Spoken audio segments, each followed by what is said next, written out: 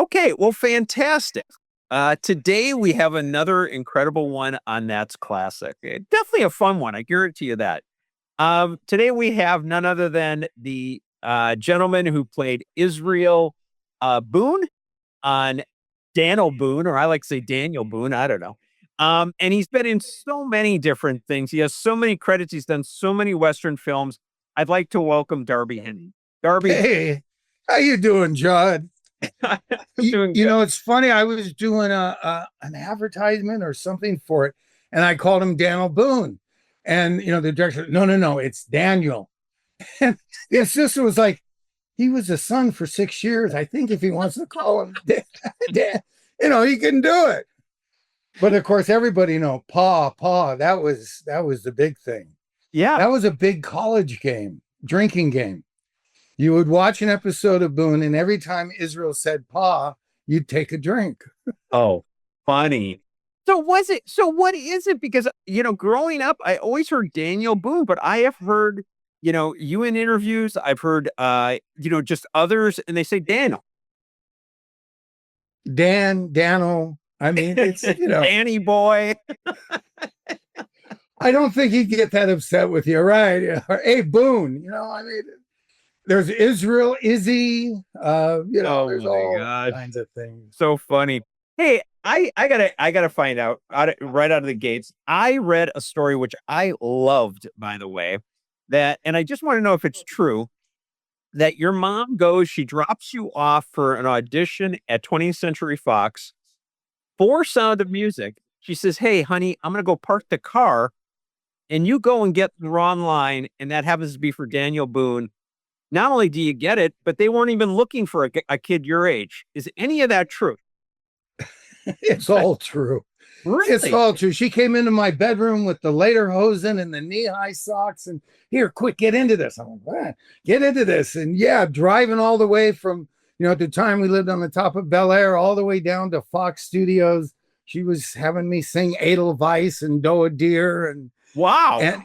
But the thing about my mom, she's a great mom, businesswoman, and she was always late to everything. So yeah, we were late that day, and we go through the gates, and she pulls up in front of casting, which at the time, I don't know. I know when you were acting, if you knew the casting building at Fox was that little 3-story building. Yeah. And she just pulled me out in front of it, and quick, go in there, waiting for you. I'll go park the car. I'll come get you. I liked your version better, honey. Would you please get out the car? And but it was like, go. Okay. So yeah, I went in and I saw a line of kids, and I got in the line.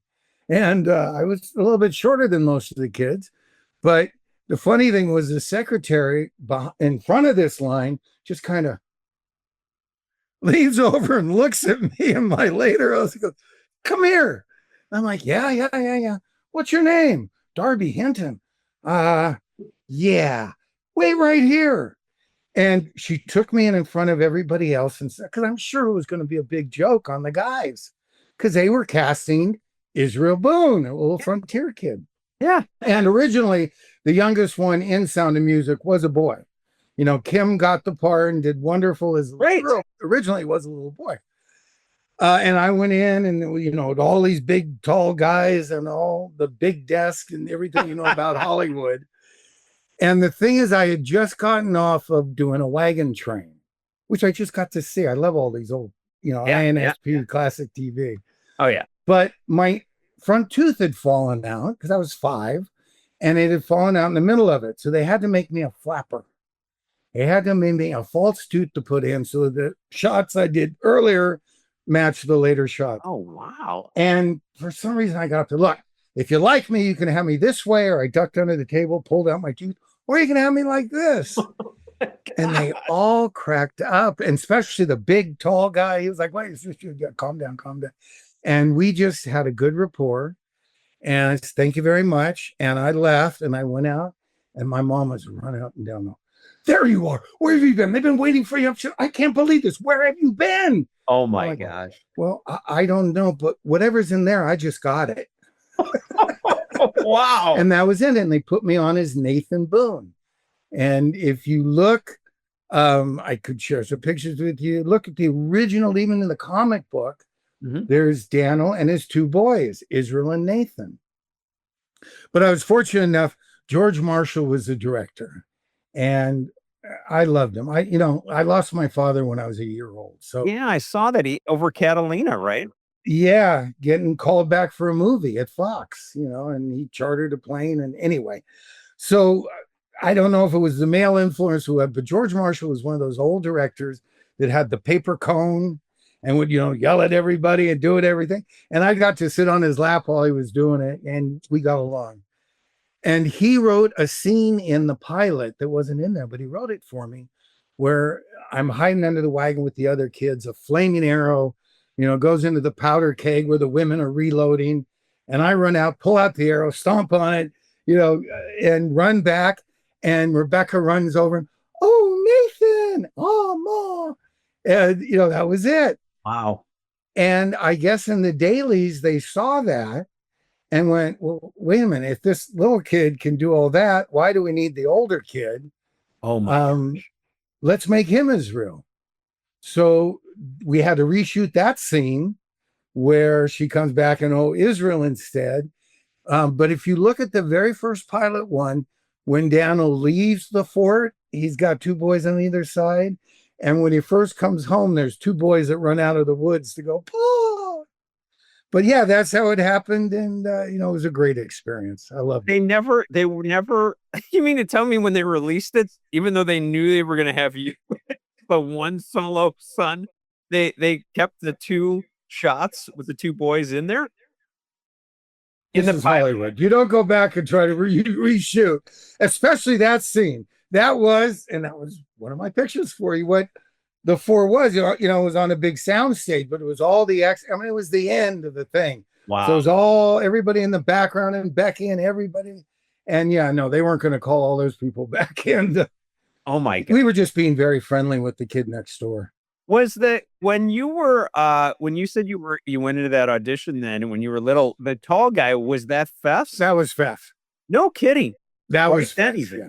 Oh, it was Fess Parker Productions. I mean, yeah. When people ask me, what was Fess like? What was it like to work with him? What you saw was what you got. I mean, he was, we can get into the whole spiritual things and everything and the serendipity of it all. But if my dad had to pick another dad to be a surrogate dad for me, I mean, he couldn't have picked better than Fess Parker, Rosie Grier, Jimmy Dean for the fun side. Wow. But, the people I got to work with, it was wonderful, but particularly Fess. And Fess and I stayed very close all the way to the end. Did you? You were close with him? Did he ever, look, I mean, a lot of people out there probably know this, but maybe they don't, but he was obviously a very smart guy. I mean, he did extremely well in business. I mean, I'm familiar with him from, like Santa Barbara, what he did up there. What did he ever, or did you ever seek his advice on that side of the coin? Did I mention my mom wasn't that good of a businesswoman? She didn't even pay taxes for a while, which for some reason the government doesn't like and doesn't bend to anyway. No. I think once his friend in Texas started this little restaurant called Sizzler.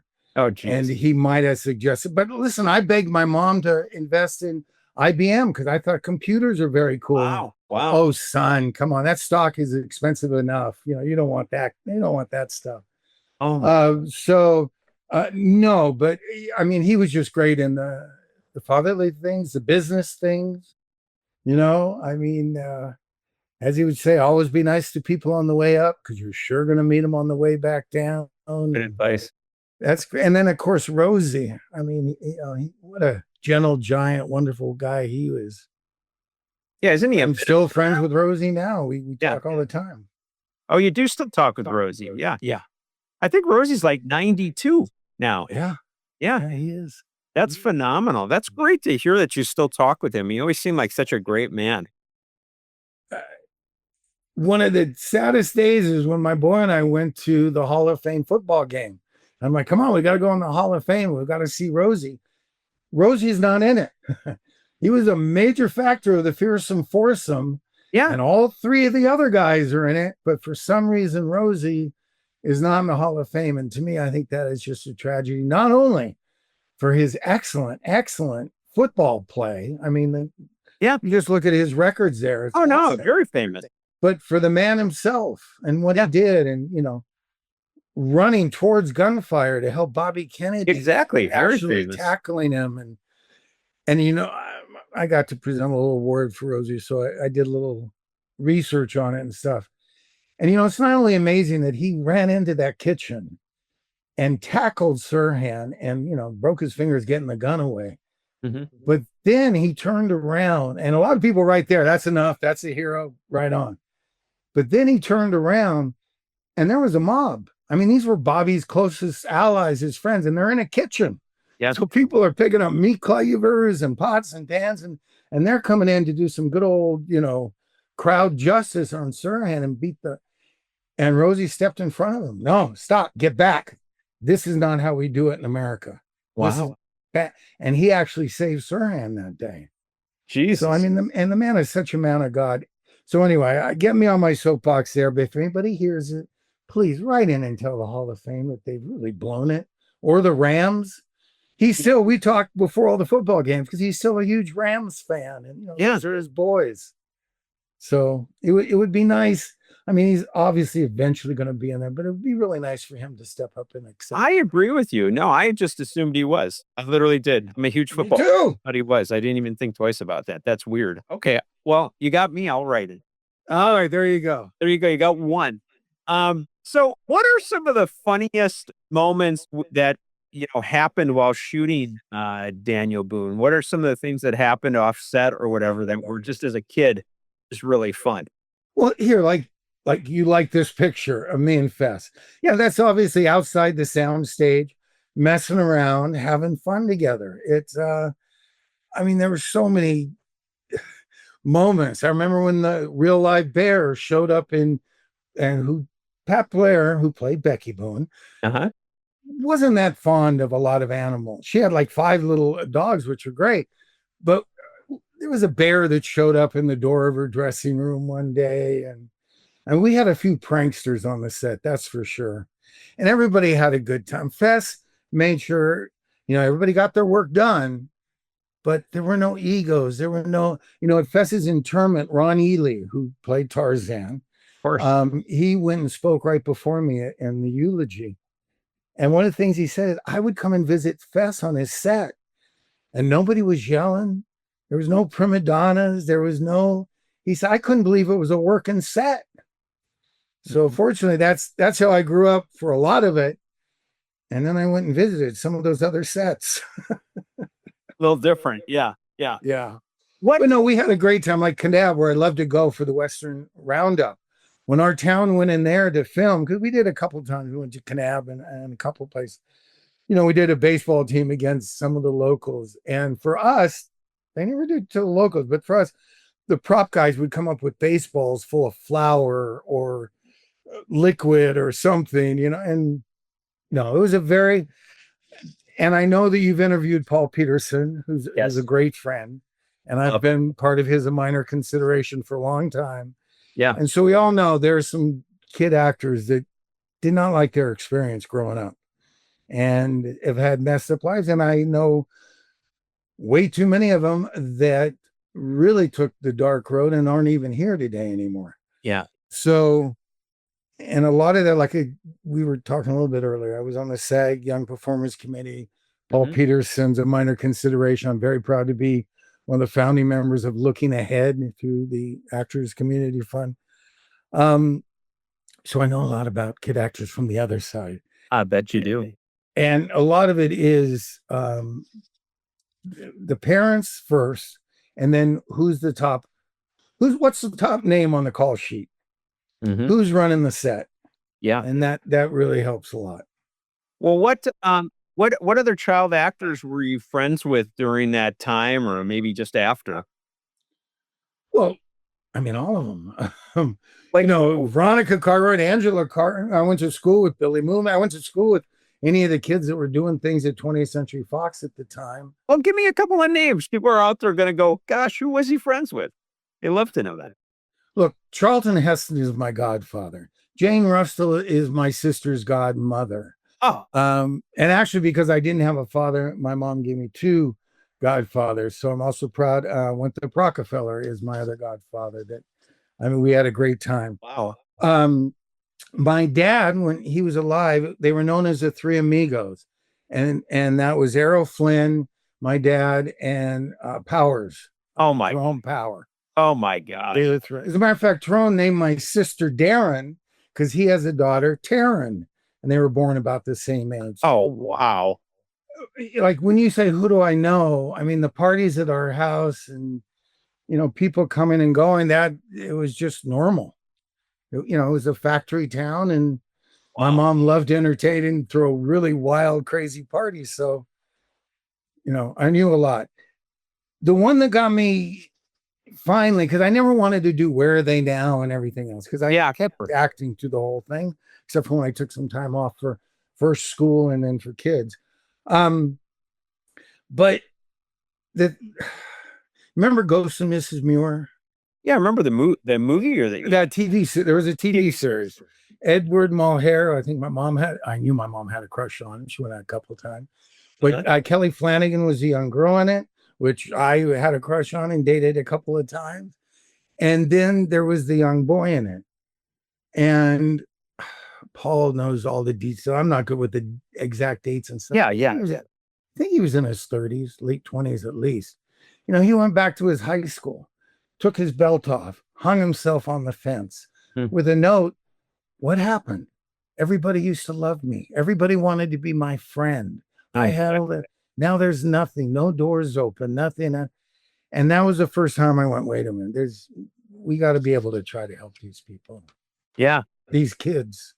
I get it. That's how Paul was with Rusty Hamer. And when Rusty Hamer passed, that was the calling for Paul. He was like, that's it. I got to do something. Yeah. And like I said, there's too many of them. Family Affair, the young Anessa Jones. Yeah, Johnny Whitaker's a good friend. Actually, I'll be with him at the Mid-South Nostalgia Fest. Johnny Whitaker will be there. A good guy. I've had the pleasure of being with Johnny a few times. He's a good guy. There are a few of us that survived it that are good people. Yeah. Unfortunately, you hear a lot more about the ones that didn't. Of course. Yeah. And that's why I'm really happy, like, especially with looking ahead. Paul in his minor consideration did a lot of legal things to really protect kids all across the country. Mm-hmm. So much so they recognize them at the UN and everything else. Looking ahead, what we do is, this is fun now, but what are you thinking of doing maybe later? And we take them on tours.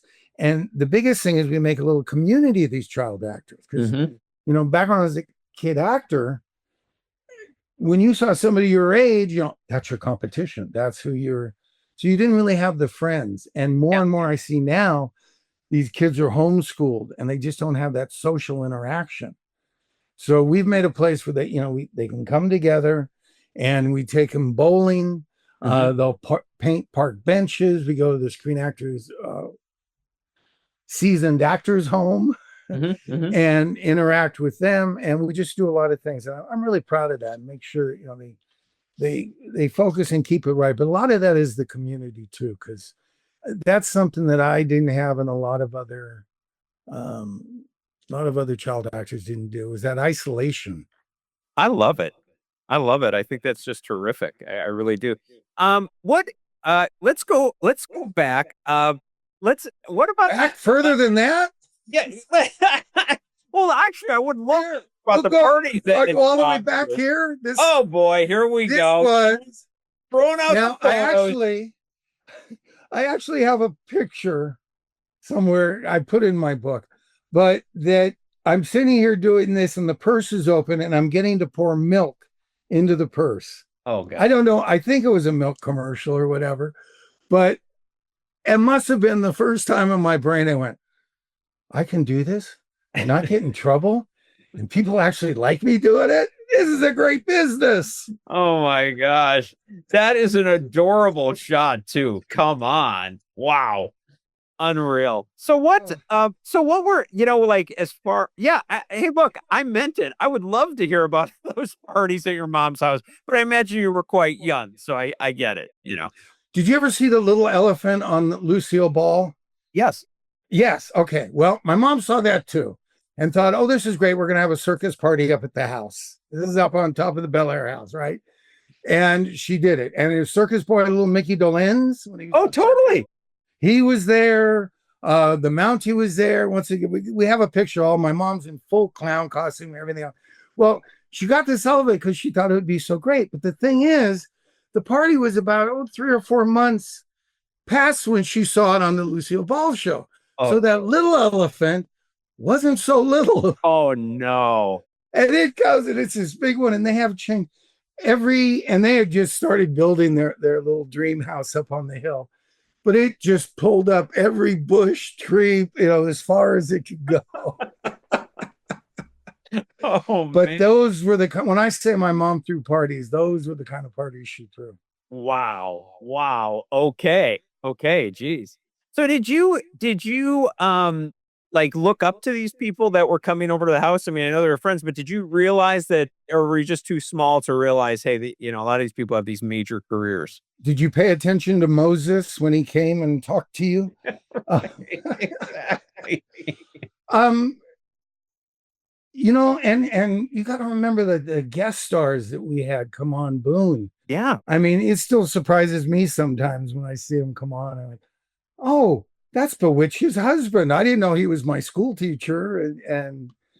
So I love, it was talking shop. And of course I listened and paid attention, but I was never in awe. The only time I was in awe and got that feeling, which, excuse the ego, but I've seen it happen with me a couple of times. They're like, was I was in Beverly Hills in a building, and I was standing in front of the elevator, and the elevator's doors opened up, and there was Sean Connery. Bond.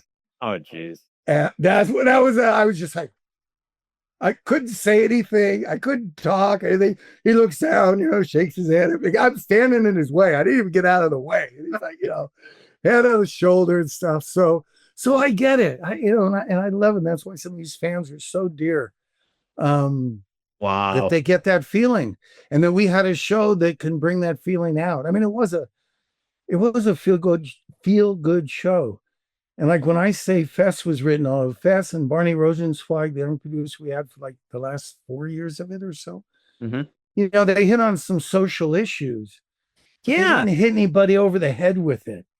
They didn't, and the whole family could sit down and talk about it. And, you hit on slavery. You obviously had the Indian culture, that was present as well. I felt like it was kind of ahead of its time a little bit, really.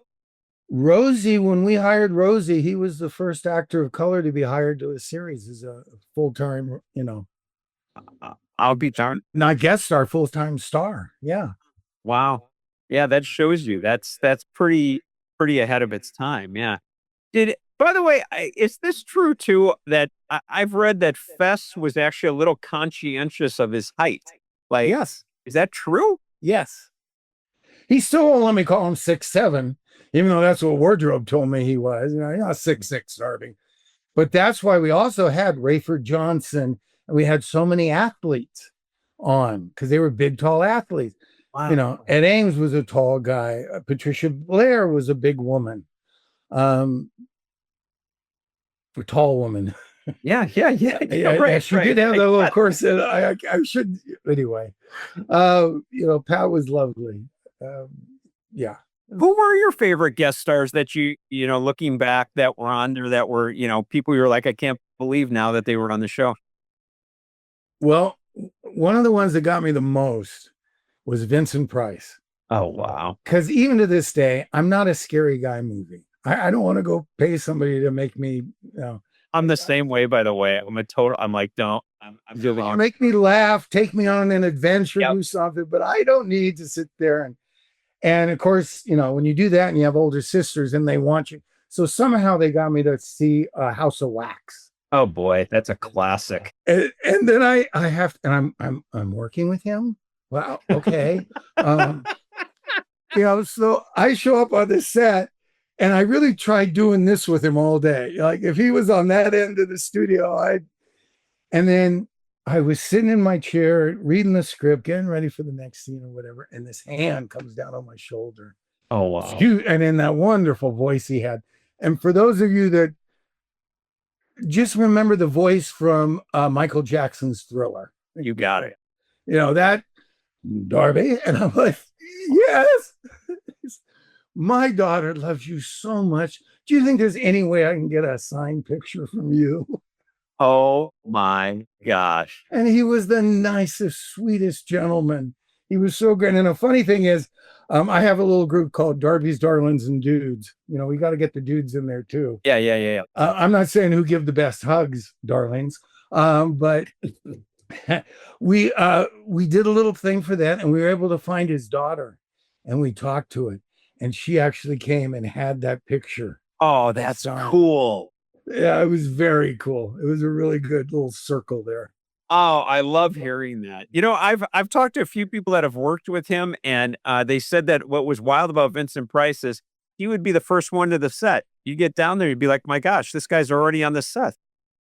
You know, I got to help produce a little film. We had a couple different titles. I'm trying to think of it, but we had Tony Curtis work, and of course we shot all of it in Bulgaria, and then we came back and we had Tony for 3 days. That we shot him in front of a green screen and could put him in the spaceship. And wait, that's not Star Game, is it? Star Games, that was it. Yes. Yeah, I know that. Sure. Right. So we take it, and working with Tony. I mean, you talk about who do you look up to, who are your idols? I mean, yeah, come on, The Great Race. I mean, one of my three favorite movies. Oh, I mean, yeah, he's Tony Curtis. Oh. And the first time I met him was at Western Costume, which they had been fitting me in diapers. You know, I knew Western Costume. Come on, I know all of it, right? You got it. I go there. I'm like, you know, I'm here to meet Mr. Curtis. Oh, he's in the back room. Oh, okay. Go into the back room. And now this is like the suite with the bar, with couches. I mean, this is where, you know, the creme de la creme has gone. And he was sitting on the couch and shook my hand. How you doing? All this. I left something in the car. And all of a sudden my wife knocked on the door and opened it up and gave me, I think it was the script or something. Something important. But the minute she stepped into the room, he jumped to his feet. How do you do? Shook hands. I mean, it was just the gentleman. And what brought this up, as you talked about, he was always at least a half hour early from set call. I love it. By lunchtime the first day, he knew everybody's name right around the camera. And by the end of the day, he knew everybody's name. Mm-hmm. And he was just such a pro and a legend. And I've been on a couple of these shows where some of these young stars are doing you a favor if they step foot out of the dressing room. Exactly. Yeah, and it blows me away. But yeah, people like that. It's just such... I love hearing that. I really do. I've a lot of the people I've talked to have told me about people like you said, like Tony Curtis or Vincent Price. The difference with these guys are they were a pro. They got it. It's like this is Barbara Stanwyck when I did Big Valley. Barbara Stanwyck, same way. Pro. Know their craft, know what they're doing. Yeah, that's pretty cool. Hey, I think I saw you in an interview mention that you were on her lap. Is that right? On Barbara Stanwyck's lap, was it? I was on her lap? Like you got put on her lap or something like that? Huge pictures there. No, that one's a little too much. There we go. This was from the young Wagon Train that was just on. Oh, I love it. Here's one of those subliminal plugs. Well, if you read my book, I actually have a picture with her laying a little lip lock on me. Oh, geez. You are, how old were you? What, like 7? 7? Maybe 8. Yeah. Old enough to notice Linda Evans, too. I mean, oh my gosh. What? There's a picture where she's serving us breakfast, and I'm just like, right here, and they had those big torpedo. Oh, yes. Those are fun. You know, I love that you're doing the classic TV. That really, you know, they talked about the golden age or whatever, but that was so much fun actually doing it, getting out there. You know, if you're riding a horse, you're riding a horse. today with all the green screen and everything, I mean, it's just such a different business. Oh yeah, no, I totally imagine. By the way, do you have a copy of your book handy you could show? Boy, that would be professional, wouldn't it? Well, what the heck, because I know people will go, "Hey, what book did he come out with?" Yeah, put it up there. Let's see. I'll tell you what. There, keep it there. Oh, is the Growing Up Israel? I see. Growing Up Israel. Yeah. So what I did was I ask online and stuff in my Darlings and Dudes group, what are the top 5 questions you want to ask me? And then so I tried to do it, but I actually also did it. My mom always had a camera around her, at least 1 or 2 Minoltas around her. I love it. Back then, if you remember, when you took a picture, you got to get the ASA right. You got to get the I mean, yeah. It wasn't just click, and right. It wasn't click as many as you want, because then you sent it off to be developed. Oh yeah, really showing my age here. Anyway, my mom had stacks of pictures. I'm dyslexic. I don't really like reading and doing that stuff. So when I did it with like over 500 pictures. Oh, that's cool. And then I just tell captions, because yes, I am the kind of a guy, when I go look at a book, I'm like, well, let me see the pictures. What do they look like? Because the picture does tell 1,000 words. Oh yeah. What? Hey, I want to get a copy of that. Where's that available? All right. Do you want to write this one down? No. DarbyHinton.com. Okay. All right. Can you spell that out for us? No. Okay. DarbyHinton.com. Okay. Sounds good. Good to know. I'll send you the money later, John. Thanks for the plug. Oh my gosh, I love it. Well, listen, your mom, by the way, as much as involved in everything, I have to say you are so unaffected, and I say that not just because we're talking here, but like I said, we have some mutual friends, obviously. Why do you think that is? Because you're very, for a guy, you could have been very, there's certain people, there's like Ron Howard, Paul Peterson, certain people that they're just not, they haven't been as affected by the business. I put you in that category. Is it, you think it's your mom and Fess, or what was it? Yeah, both of those. A lot of that. Like I said, it was what I grew up around. It was the normal thing to do. And yeah, a lot of that really is. The ones I think that really kind of suffer the most are the ones the parents want the kid to be a star. Yeah, I agree. They push him and they go do it, like young Jay North, who, I love him stuff. He had trouble. He was getting beaten up in the dressing room by his aunt and uncle. His uncle. Because he'd come in and, I'm tired. I don't know if I want to do this. And he'd get slapped around. What do you mean? Every kid in America wants, God. And it's, those are the ones, I've always gotten that question. And as a matter of fact, I don't even think I did address that one in the book. Mm-hmm. But, how do I get my kid in the business? He really wants to be an actor. She really wants to do this. Right. And it's such a hard business. And especially now, listen, with AI, who knows how long the business is even going to employ actors. I agree. But it was never a question of, is there any other option? Do you really, this is your passion. This is what you want to do. You loved it. Yeah, you got to, because otherwise it's a lot of hard work. It's a lot of rejection. Right. But what I do like is you didn't call me normal. So you're still on the good list, John. Trust me, I've gotten to know you a bit. You're not normal. No, thank you. Hey, tell me this. Did you become a fan of Daniel Boone, the actual, historical figure, when you were shooting the series? No, not really. Yeah. It's funny. I didn't see Davy Crockett until the Parker family asked me if I would pick up a award, obviously after Fess had passed, that they were given in Hole in the Rock, which is where he shot Davy Crockett. Mm-hmm. And we're talking about, I remember my neck was in a brace. So we're talking 6-7 years ago. Yeah. And it was the first time they had the outdoor theater and they showed Davy Crockett. It was the first time because so many people would come. Oh, I love you and Davy Crockett. You're just, Oh, I'm sure. Yeah. And of course, since Fess played both parts. Right. And there was a little bit of, hey, wait a minute, that's my pa. What's he doing? So No, what I did become a big fan of, on an appreciation of, was a lot of the Indian culture. Mm-hmm. Because I would go back in the summer and I would spend time on the Cherokee Reservation in North Carolina. And, obviously we had experts on the set and we had real Indians, had some not so real Indians, but Yeah, in the day. And then my mom started a foundation and an organization to put more real Indians in the business. And she Is would that bust right? them in and take them to the theater. I remember the little Wilton Theater and stuff so they could see live performances. But that was it. I did start a little special called In the Footsteps of Boone, where I went back and did the real Daniel Boone versus the TV Daniel Boone. Yeah, yeah. The one that had 2 kids versus the one that had 11. Right, right, yeah. And was only 5'2", didn't like a coonskin cap, and That is funny, by the way, about the coonskin cap. I've heard that. oh yeah, no. He didn't like it. He thought it made, like that's what the peasants wear. And then they made Davy Crockett wear one because they wanted him to be like Daniel.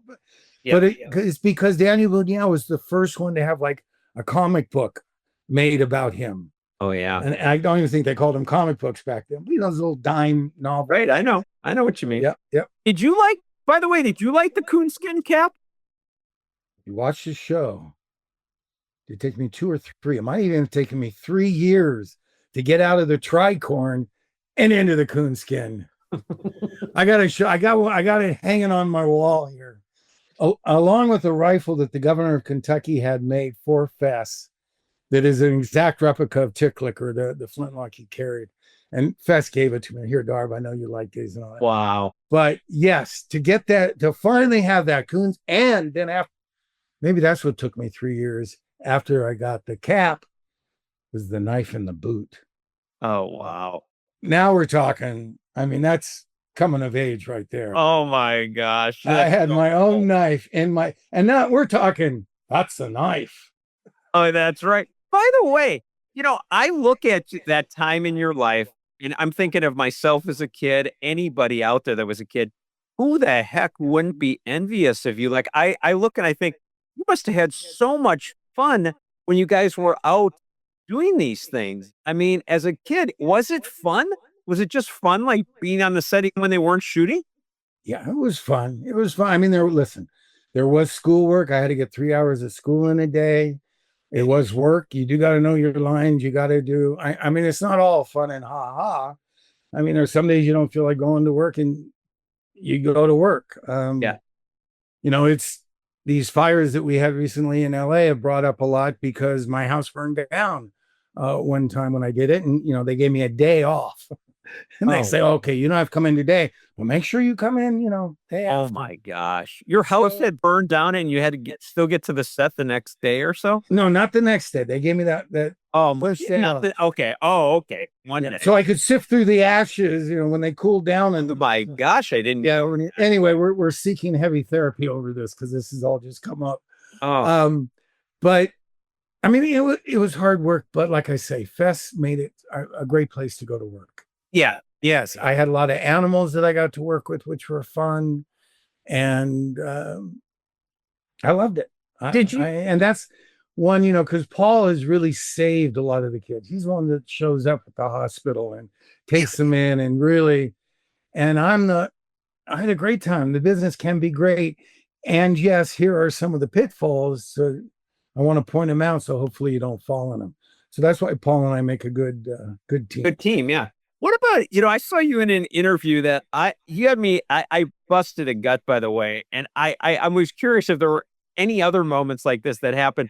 You said they were like racing across like a pasture or something like that.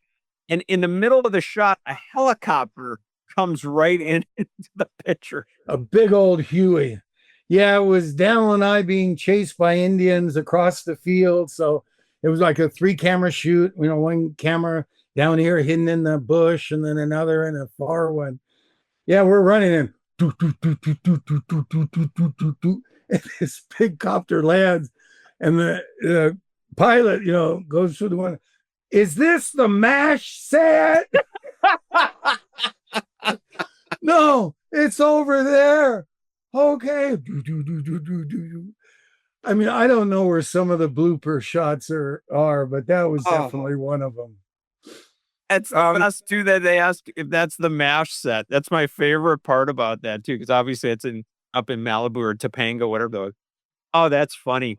Jesus. So what any other moments like that that happened while you were shooting that were rather humorous? I'm not You saying mean like when we decided, to use real Indians in this canoe where they captured, Daniel and myself.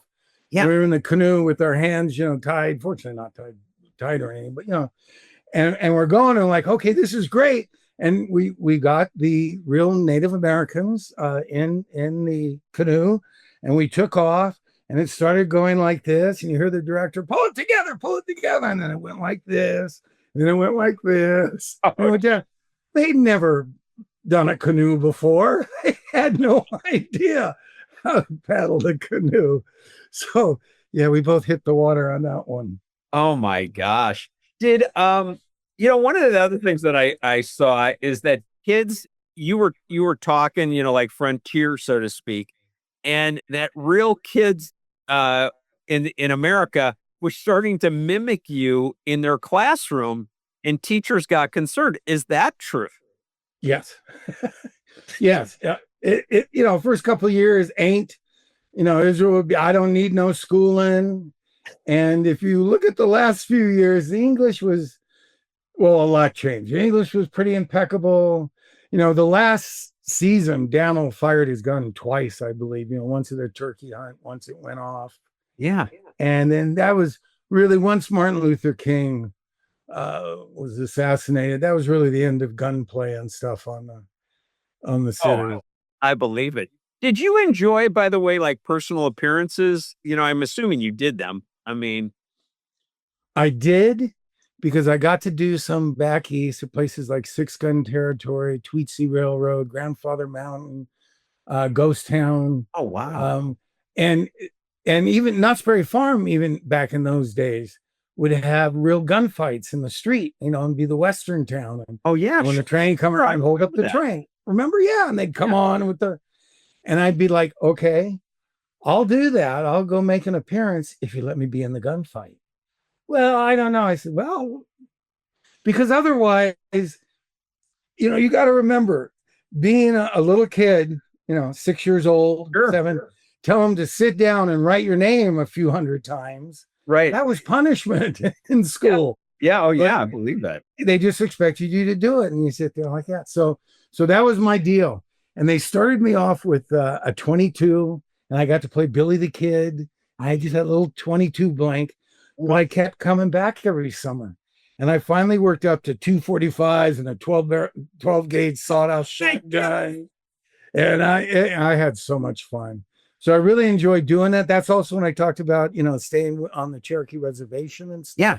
Yeah. That was all during those times, because they would also have the Indian dances and stuff. So, I enjoyed those kind of personal appearances. Yes. God, I'm telling you, Darby. Now, segueing out of Daniel Boone, you go, and I went through your whole career, and one of the things that I spotted is you played a drug addict, I believe it was, on Owen Marshall, Counselor at Law.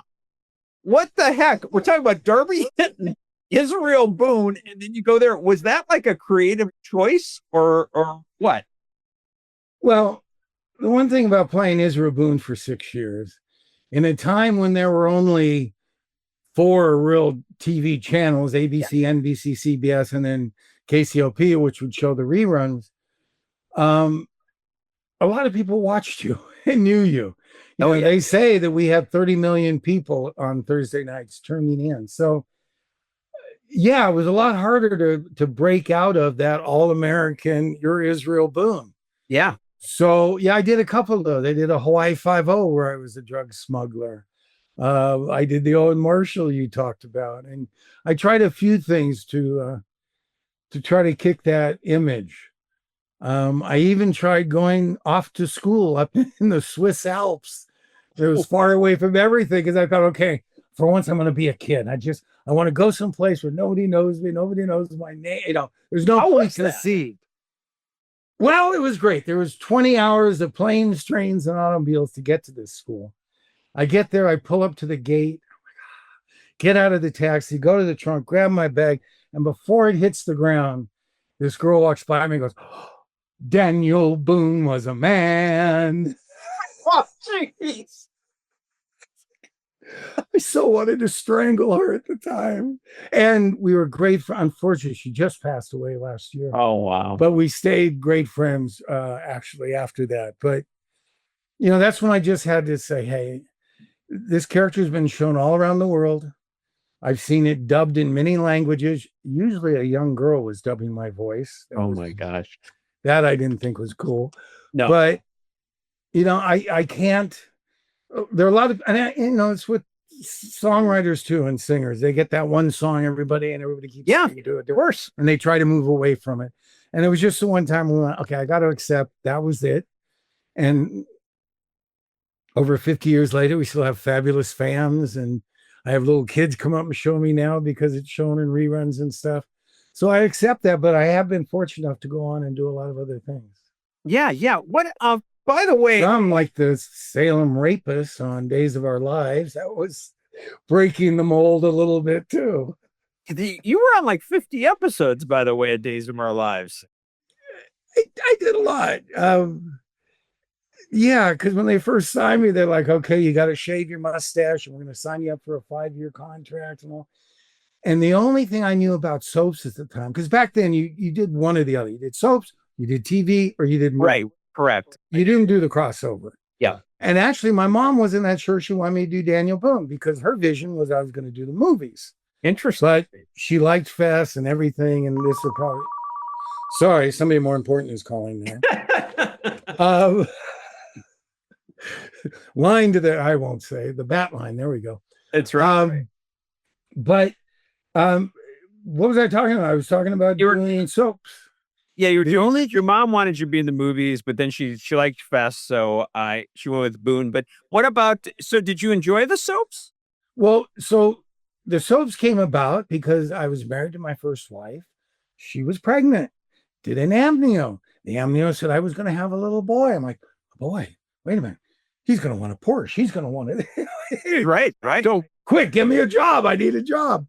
And my agent said, well, you've never gone out for 3 camera. Do you want to do a soap? And sure, I'll do it. So I did it. I guess it went well because they called me back. And like I said, they wanted the 5-year contract. They wanted to. Here's where I was going. The only time I really knew anything is David Hasselhoff was a good friend. I actually dated my sister for a little while. And I took David over to Hawaii the first time he ever went over there. Wow. And it was the first time I noticed that every girl from 8 to 80 was Snapper, and they were all over him. This was obviously before Knight Rider. Right. But none of the guys knew who he was. We'd go into the bar and have beers and everything else. And nobody was like, hey, this and that. Yeah. And I'm like, that's not a bad gig. But he said to me, no, Darb, because I'm, how's the dating life? No.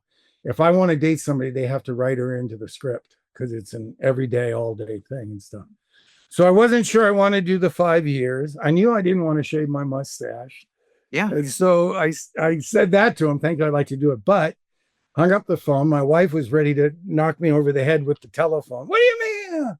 But fortunately, they called back and said, okay, we'll bring you on, but it'll just be a day-to-day thing. Huh. So it wasn't the long contracts. I'm like, great. And that's how I ended up doing it. Oh, that's very cool. Geez. By the way, going back to the Owen Marshall, you had Lee Majors and David Soul on there. Were either one of them present? I mean, they were the assistants, I think, to the Arthur Hill character. Were they on? Lee Majors, I mean, I'm pretty sure Lee never did a Boone, but I did that with him. I did 2 Fall Guys. Yeah, I saw that. I did something else. I worked with Lee a lot. And he's a good guy. The other one was Neville Brand. Neville Brand, I did like 8 different projects with. Wow. Which were, a bunch of them were a great director, producer, friend over the years. Graydon Clark, whose birthday was last week. Mm-hmm. And Graydon liked using Neville too. I mean, such a war hero and everything. Did Lee bring you on to Fall Guy, having known you from Owen Marshall? No, that was Glenn Larson. I got Glenn Larson was a good friend, got to know him. Very famous. Bowling with him. Oh, everything. He's the one that came up. he came up with Knight Rider like overnight because he had to get out of a contract with. He's passed away. I guess I'm not telling secrets. Yeah. He had to get out of a contract with Universal because he wanted to go over 20th Century Fox, whatever deal they were giving him. And so overnight he's like, what can I do? What can I do? Because he had to give him one more project. And it was, well, everybody loved Car 52. Is it Car 52? No, my mother. Car 54. The Car 54, but it was my mother, the car, that actually the car comes back to him. And he remembered that. And he goes, guys, cars, they love that. And he had seen David at an autograph show in Vegas. And when David came out of this room, all of a sudden all the girls turned around and screamed and everything. He said, okay, get me that guy. And he just put it together overnight, and that was Knight Rider. Oh my gosh, that's crazy. And then again, full circle, Rebecca Holden is in the movie that I just did the premiere. It just opened, Once a Hero, which I'm really proud of this. Yeah, tell us about that, by the way. That's by the way, can I just throw out a bit? You also won Best Actor at the Wild Bunch Film Festival for that. Am I correct on that? Am I owing you more money to say this? I hope you're keeping a running tab there. Yes, and it also won Best Film. So like I said, I'm very proud. And the reason I'm saying it came full circle is Rebecca Holden, who was on Knight Rider, the beautiful blonde. Oh, yeah. She's in it and does a great part. Wow. Get to have fun with her. Well, heck, since you segued there, I want to know, tell the audience, what is the movie about? The movie's about, I did this other movie called Bill Tillman and the Outlaws, which is great. Mm-hmm. And we wanted to use my good buddy, Johnny Crawford, who was, of course, young Luke. The Rifleman. Thank you. I was trying to say Gunsmoke, Rifleman. Chuck Connors, yep. Thank you, yes. In it. And at the time, unfortunately, I saw the dementia starting, and then it got worse. And we actually brought him in about 8-9 months earlier, just so we could shoot his part. Oh. And I had him fly in, and the director picked him up and drove him back to his house. Because we were shooting it in Maine. And by the time the director got to the house, he's like, what are we going to do? He's not going to know the lines. He's not going to remember it or anything else. Wow. But we got him out there, and then we put Johnny on a horse. And once he got on a horse, boom, he was there. Because he used to do real rodeo and stuff. Yeah, yeah. He took the horse around, and he was just all there and great. I love hearing that. And it was so great. We had him come around, and he was supposed to, pull the horse up, get off, and give this big speech. He was coming on as Hart, Bill Hart. And he started, and the director's like, no, stay on the horse. That's great. We'll get you up there. And so he did the part. And did he do the speech? Yeah. Oh, he did the speech. He did it great. And even Dan and the producer and I were just talking about it the other day. And then it wasn't scripted. All the kids were just supposed to listen to him. But he was such a great little Pied Piper. When he turned and rode out of town, all the kids followed him. Oh, so it was great. And I also got to see that at one of the autograph shows in Texas. And he was there, and it was towards the end. And we screened it. It was like the first time we screened, the first time he saw it. And when Johnny rode in on the horse, everybody applauded. And you just saw this smile come on his face. And I'm like, okay, he knows. He's got it. But anyway, that long story for Dan Searles, who wrote that, and his grandfather, I believe, was also suffering from dementia. And he's just like, but they were still the essence of the person, and it wasn't. So that's why it's called Was Once a Hero, Memory Fades, Courage Doesn't. Oh, and cool. It's kind of a tribute to Johnny. As a matter of fact, when I come into town, I'm looking for Sheriff Crawford and stuff. But that's it. It's a story of a vet, a Civil War vet who is going through post-traumatic syndrome and dementia, and just trying to cope. And to tell you, yes, the Best Actor award was a big honor to get. As much as people say it's nice just to be nominated, it is even better when they call your name. Of course. Congrats. Seriously, congrats. Thank you. But we had the screening at the very first premiere that I'd never seen it before anything else. It was a place called Healing Strides Virginia Style, which is a great charity that takes vets with post-traumatic syndrome and stuff and teaches them how to care for horses and take care of horses. It was a big equestrian center. And then in turn, they take kids with learning differences and teach them to ride and all. So it's a very loving, wonderful charity. And I was thrilled to be there. That is cool.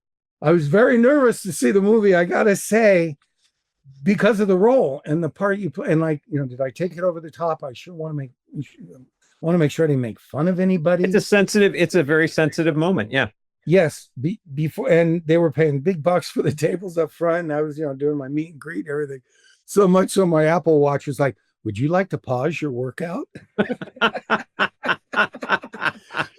But what I was saying about all this is at the end of it, I had these 3 guys come up to me that worked there. And, they kind of waited for people to go away. And they just walked up to me and they're like, just thank you. Thank you for showing people what we go through, what we have to deal with. And it was such a heartfelt thank you that, it really is better than any little trophy or anything. And it almost every time I've been at one of the screenings or stuff, I at least have 1 or 2 people come up and go, my mom's going through this or that and everything. And so it's a great little film with a lot of heart. I think it sounds great. Where do you ultimately came? Actually, when we went to do distribution deals, which today, is quite the thing, unless you're a studio that owns the theaters. So right now it's in selected theaters. What does that mean? I guess you have to Google it because I have no idea. I understand. But then May and June is when it will start streaming.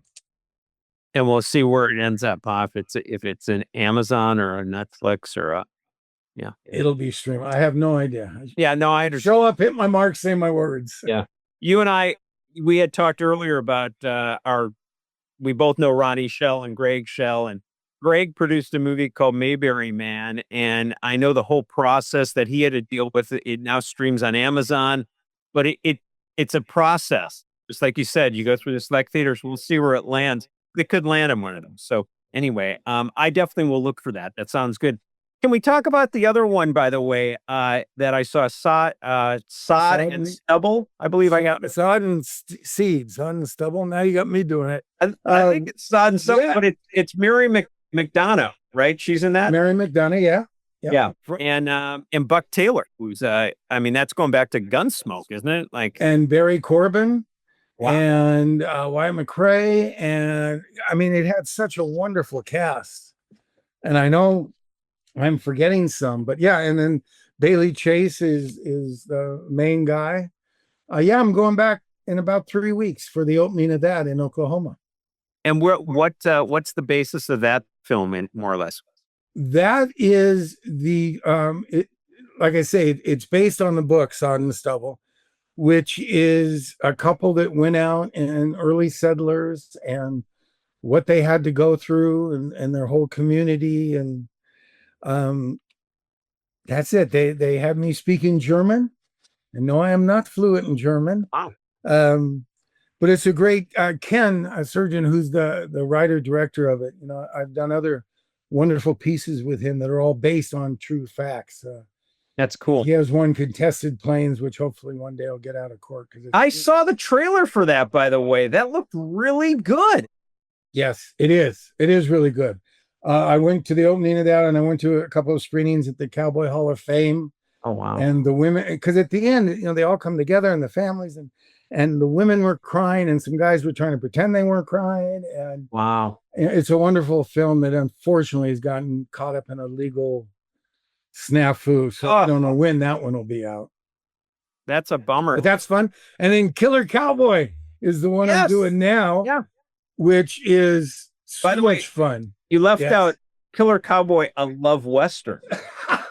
Okay, let's not leave that out. I noticed that. That's what I like about you. Look at the details.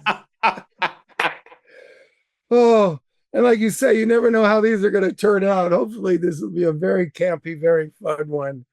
Once again, if you see the Iceman there, right? If you know from mixed martial arts and stuff.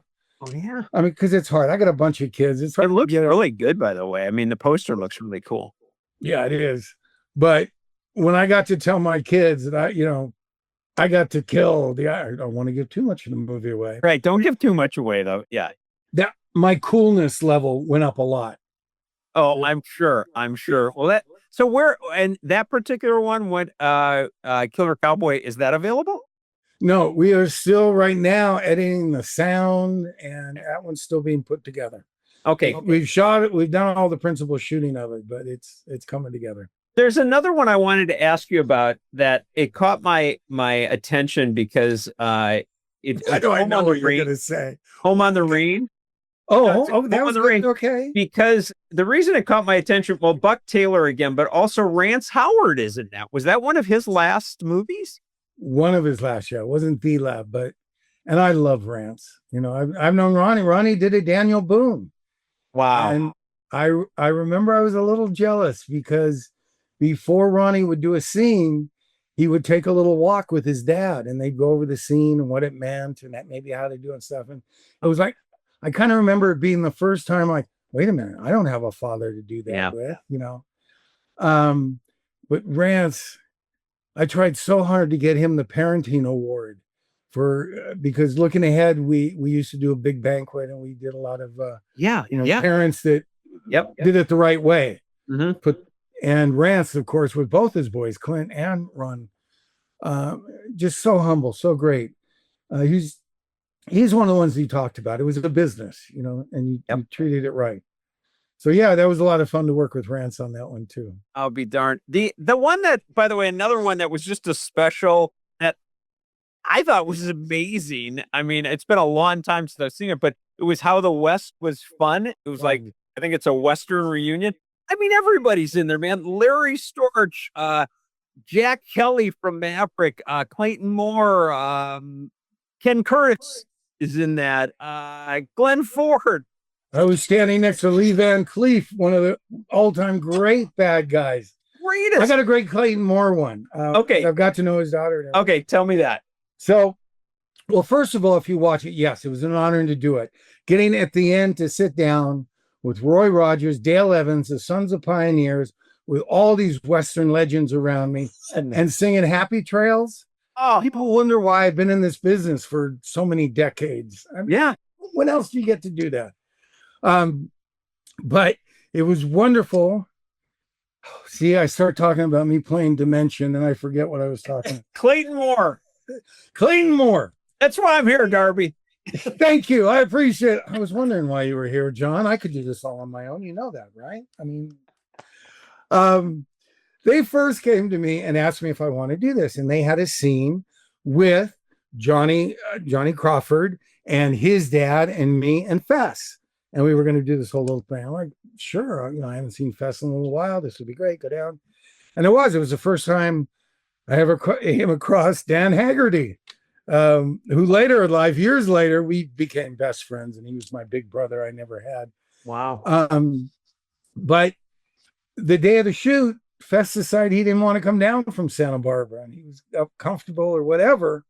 So they had no idea what to do with me then. So when you watch that, I'm almost never there in the background. And as it was, a lot of these big time had their own series, big stars were in the background. Yeah. And unfortunately, at the time, they had a female first assistant who was very well endowed with red hair and everything. And she was hustling these guys around like they were extras. Oh, no. And that only lasted a little. Anyway, the main story is they put me and Clayton at the bar together. Yeah. And all of a sudden, Clayton reaches over and he starts pushing all the drinks away from him. And I'm like, oh, well, you know, the Lone Ranger doesn't drink anything. Oh, no, Darby. Unless it's milk, you do not see the Lone Ranger anywhere near a glass. Wow. And I was like, his show has been off the air for like 27 years. Yeah. And here he was still devoted to that character and what it represented to kids who looked up to him as a role model. And then, of course, was it Universal, one of the big studios, you know, when they did that Johnny Depp one, and they forced him to take off his mask and never wear it again. It's just ridiculous. I mean, there are parts of the business that can drive you. I know. You'd love to just say to somebody, you're killing the guy. You're kidding me? He's an incredible representation of it, you know. You know, it's funny. I'll do a little segue there. I had John Provost on, and John Provost got a silver bullet from Clayton Moore. like years back. And he said it meant so much to him, and I think he lost it. And a fan actually got him another silver bullet. Another one? Yeah. But it's okay, John. Make me feel bad that I didn't get a silver bullet. But he was right there. I mean, he could have if he likes me, please. I'm right there. You kept pushing the drinks farther, closer to him at the bar. Otherwise, you'd have had it. But did I mention I got a kiss from Barbara Stanwyck? And hey, by the way, did you meet Glenn Ford that day? No. No, I didn't. I know. That's one. Jesus. Hey, another one you were in was Texas Rising for History Channel, which, by the way, I think is very underrated. I got to tell you, probably because it was on history. That might be why, but it literally is. It's an underrated because you got Bill Paxton, you had Crispin Glover, Ray Liotta, Rob Moreau from Northern Exposure. Who did you get the opportunity to work with? Or I was down there with all of them down in Mexico. Wow. Yes. And listen, Bill Paxton, you talk about an actor's actor. I mean, he's in so many things when it's almost hard to realize he's in it. I agree. Because just a chameleon. I mean, to go from Weird Science, that brother, to anyway, I loved it. And he came to me too. He goes, okay, Darb, I've been down here a couple of weeks now, and I want you to know they pronounce your name, burn it. Just like you took a piece of paper and burned it. I mean, that's the kind of research. That's how I get it. Because I played Barnett, the first governor of Texas. Wow. And I have friends in Texas that still disagree with that, but it's true. Wow. Because they always thought Houston, that's the character he played. Yeah. Yeah, that was a really fun time down there. What was it like offset having all these guys around? Because that's a very unique gathering of actors. I mean, just the ones I named alone. Brandon Fraser, was great. Jesus. And they had become very attached to the horses they were riding at the time. And down in Mexico, they might not treat the horses as nicely as you have to up here. One of the things working with kids I always go through. If you have an animal on the set, you have a book about this thick of the rules, regulations, and how you can treat them. You have a kid on the set, and you're like almost given a pamphlet. Right. Of course. The Humane Society actually started out helping kid actors and then changed to animals because it was more profitable. Anyway, listen, to sit down. And that's one of the reasons I love doing the festivals. Because like I said, I didn't do it for a while. I did one back in North Carolina, and my kid was in North Carolina. I said, okay, I'll go do it for the weekend. Yeah. With my son. And that's when I met Haggerty. And Haggerty and I had so much fun. And I was a big Grizzly Adams fan anyway. I love on that true. He was Grizzly Adams. We just got in so much trouble together and had such a good time. And then I wouldn't do shows unless, my brother was with me and stuff. But one of the reasons I love him is because it is like a class reunion. I mean, I never really went to a normal school, so I don't really get class reunion. But you go there and the other actors and, Tim Matheson, yeah, I remember this. And, Bruce Davison and people that you've worked with, and you sit down and you get to change war stories. And it's a lot of fun. It's a lot of the reason why I like doing it. It's funny that you say that. I literally just released this week my interview with Angela Cartwright. And one thing that Angela said, I've had her and Bill on, by the way, on another episode. But one of the things that she commented on is that when you get together with like her, a group of them, you're like a small club because no one else really understands what it would like for you as a child actor. And it's a very bonding experience between all of you because no one really gets it outside of that, group. And, it's like officers or police officers or vets. Yeah. They stick together because they can tell their stories. The worst example of that was when I was doing the soap opera and you would see somebody in a restaurant, that's working on one of the other shows and, hey, how fine, what's up with you? Oh, well, I ran off with my sister and I decided to kill this. And tables around you just kind of start going like, what are they talking about? I love it. I love it. Hey, there's this wonderful Joan Darling. I got to work with a lot of wonderful acting coaches through the years, and some very famous ones. Mm-hmm. And Joan came on once as a substitute teacher for Milton Casalis because he was back doing a play. And at one point she said, if the police knew how much fun we could have as actors, they'd have us arrested. And I was like, I want to study with you. And I did. After that, I helped her run her class, everything else. But it's so true. Yeah. I mean, the things we get to do and play and have fun. Yeah, it's an amazing. If you can make a living at it, it is one of the greatest things in the world. There's no doubt. But wait a minute, I'm supposed to do that? That's the hard part. Now you're going to make me start crying again. Hey, thank God I have a very successful life. Yes. On a whole nother level, you also did, and I'm asking you this, I'm going to tell you this right out of the gates. I'm asking you this because of my sister and my mother, who are huge Hallmark fans. Okay. You did Christmas Wishes and Mistletoe Kisses. Yeah. Okay. I'm asking you honestly for that. What was that like shooting a Hallmark movie? What was that shoot like? It was a lot of fun. It was actually the producer from Texas Rising. Oh. Who actually another little great show if you get a chance to see it, and it's on the Weather Channel, so it didn't get that much play, but is the Donner Party, Dead of Winter.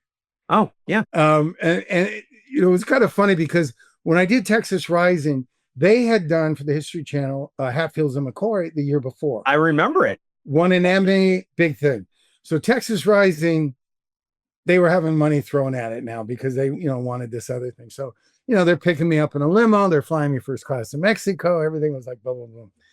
And, in the middle of shooting, one of the producers from it comes over, we're doing this other project and it's, I think you'd be great for it. And you think, would you want to do it? What's the project? Well, it's the Donner Party. In my mind, I'm going, I never did read up on them. Right. And they go, well, we think you'd be a great George Donner. Oh, really? Would you like to do it? I'm like, oh, well, let me check my schedule. Exactly. Yeah, I think I could do that. So, well, it was a big difference because I'm asking where the limo is and they're like, oh, you can't take a cab. It's a slightly different budget, but it was it's one of those weather channels that they do because obviously they were caught in the 3 storms at the end, which caught them, but it was also going over that. Yep. But it was wonderfully narrated. But I go home and I read the script and I looked at it. I'm like, okay, hold on. And I read the script again and I didn't have a single line to say. Oh, no. Come on. And I'd never even done it under 5, much less say nothing. No. I was like, but it was wonderful because it was narrated and the wonderful actress who played my wife in it, because a lot of it was off George Donner's wife's diary. Wow. She did a lot of the narrating on it and stuff. But anyway, that's a little wonderful one if you catch that one.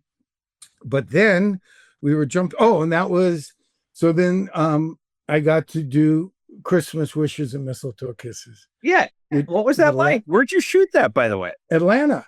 And it was the first time they shot in Atlanta. Most of those are shot in Canada. Yeah, that's what I thought. And it was in Atlanta. And we had the first reading of it around the table.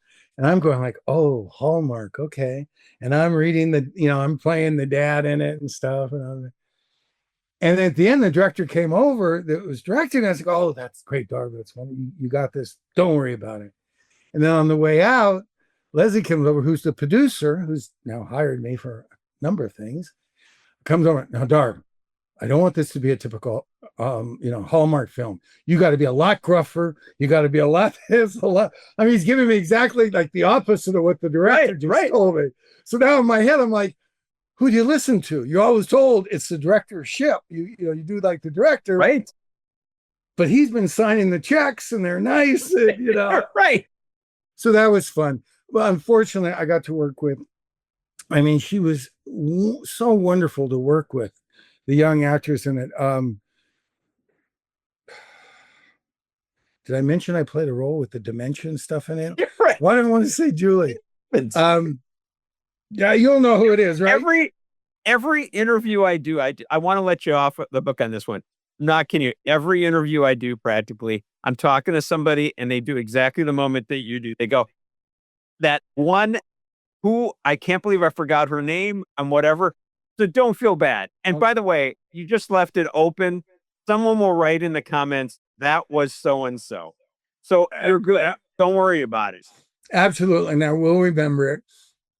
One of the reasons I say not only, was she a wonderful actress and of course and lovely, but one of the night shoots we were doing very late. I mean, we're going into she was supposed to be done by 11 or 12. Mm-hmm. And her husband came down to, drive her back up because after that we had a day off and stuff. And we get down to the last shoot at about 3:00 in the morning. Wow. Her husband was already asleep, in the trailer and stuff. And it was me on the telephone to her, talking to her as I'm walking upstairs. And, they wrapped her, go home and everything. And then she came back and goes, wait a minute, you're supposed to be talking to me. Oh, I'm like, yeah, that's okay. I'll have the script girl read it. No. You're supposed to be talking to me on the phone. I'm like, yeah. She goes, no, I should be here for that. And I'm like, go home, your husband. But she stayed. She did it. I mean, that's, when we talk about the difference between a real professional and somebody. I agree with you. I witnessed that even a few times on Boone, where some of these guys thought they were big enough stars, where if you had the close-up of the other person, they would have a script person read it or something and not even be there. And to the actor who is on camera with it right in front of their face, it really is nice to work with an actor who's giving you stuff and feeding it rather than somebody just reading lines. So, well, anyway, you know what? Julie, I'll give you Jill. Sorry, go on. That's okay. I will admit that right now, I was very fortunate. I got to meet the lovely young lady that was Tinkerbell's, the model for Tinkerbell. Oh, and for Disney and everything else, and she's great. And she met me another time, and she said, I'm sorry, I have that condition where I can't remember faces. I can remember names and everything, but I can't remember faces. I was like, really? I really do struggle with names. I have a problem with it. Yeah. I think one of the things was from the time I was about that tall, and just like you said, how was it doing autograph shows and all this? Right. And you just have so many people. Hi, I'm. That part of my brain just went, okay, no, we won't remember that. No, I totally get it, Bill. I do. I'm kidding. Okay.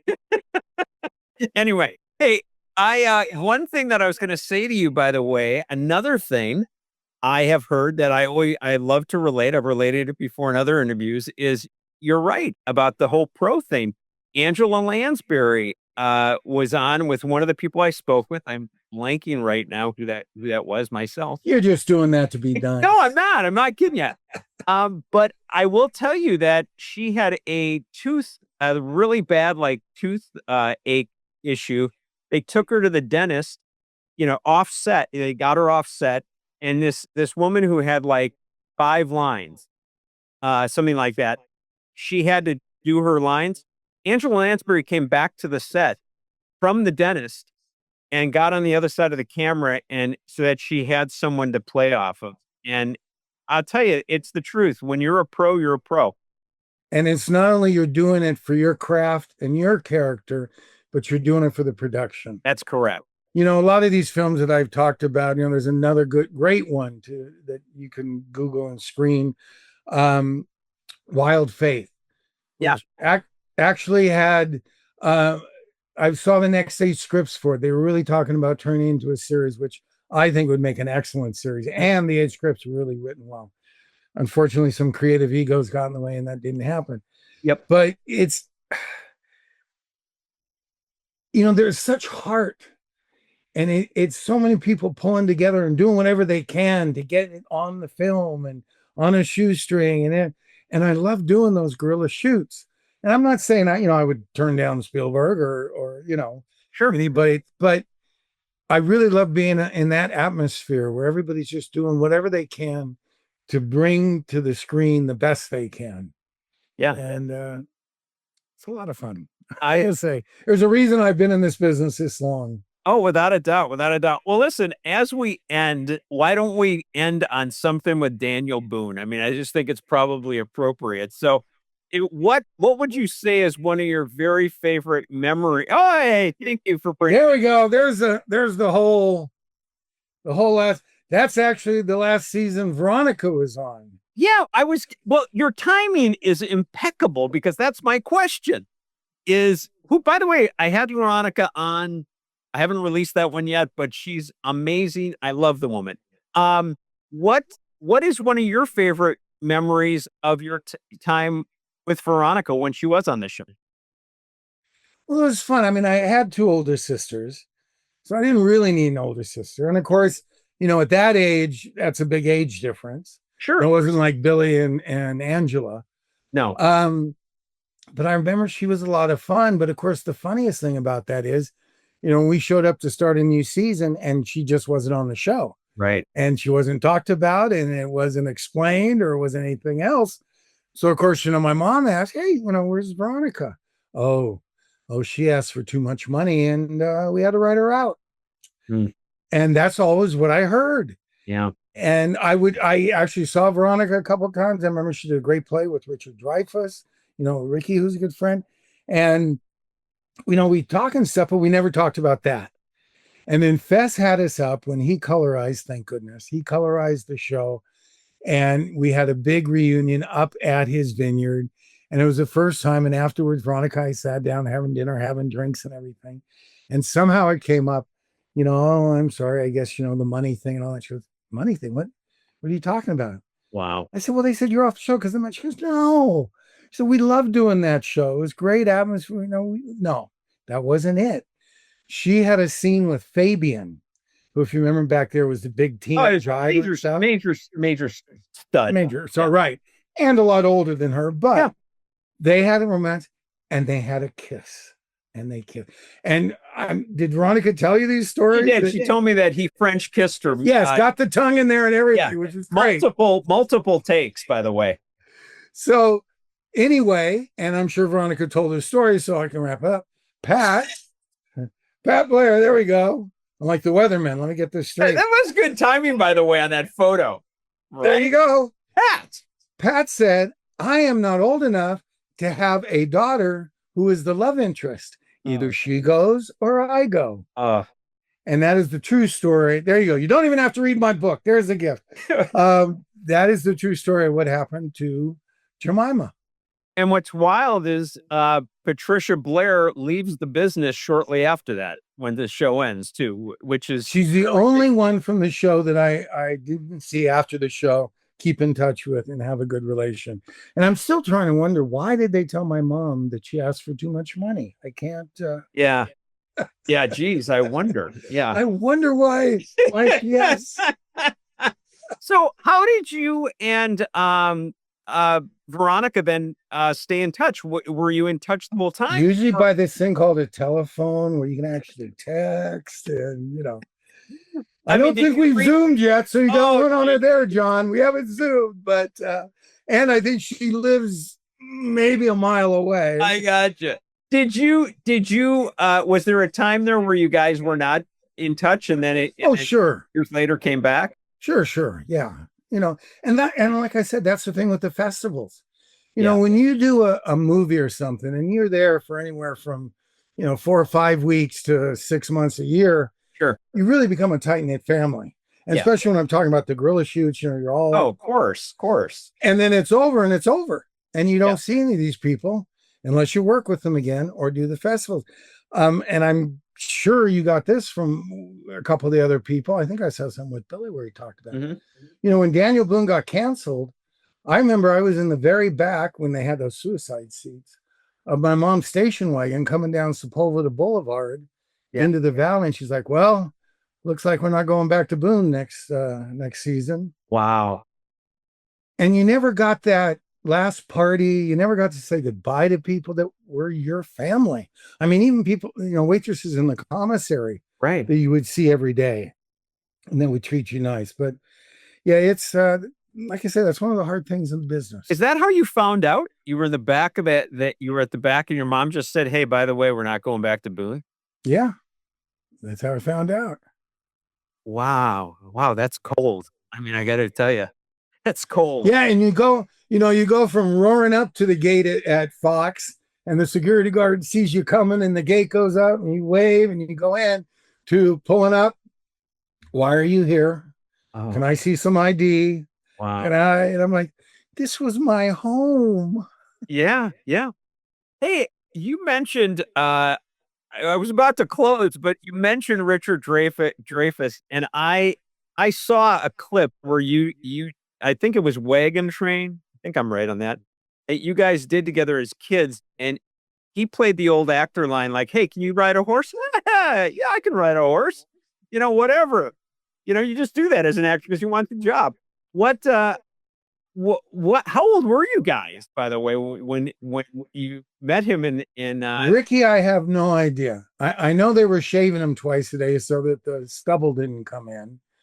That was the Big Valley. Oh, it was the Big Valley. That was the Big Valley, yeah, where we had wonderful, played my mom and everything. But yeah, that you're right. He was a New York actor that came in, and yeah, I can drive horses, no problem. And we were supposed to pull up a little way, stop, talk, do the camera, right there type thing. And they gave him the reins, and he did the only thing he'd seen in the Westerns. Yeah! I love that. Yeah, I got to hold that over Ricky for a long time. So did the horses go flying? Because oh yeah, they the took camera. off. They went straight through the reflectors and everything. Oh, jeez. It was quite the scene. Oh my gosh. Would have done it. Oh, that is hysterical. Oh my God. Well, listen, I think we covered an incredible amount. It was just absolutely a blast. And I wish you so much luck going forward with the premiere and everything like that too. And thanks a bunch for being on, Darby. It's been really fun. Thank you. I really appreciate it. I got a fun group. If people do Facebook, I know that's an old time thing, but I got a group, Darby's Darlings and Dudes. We have a lot of fun on there. My only rule for staying in the group, everything has to be stated in the positive. I love it. If people want to join that, I will certainly let them on. And your website is darbyhinton.com. Yes. Okay. Do I need to spell that again for you? Or no, I got it. Thank you. Okay.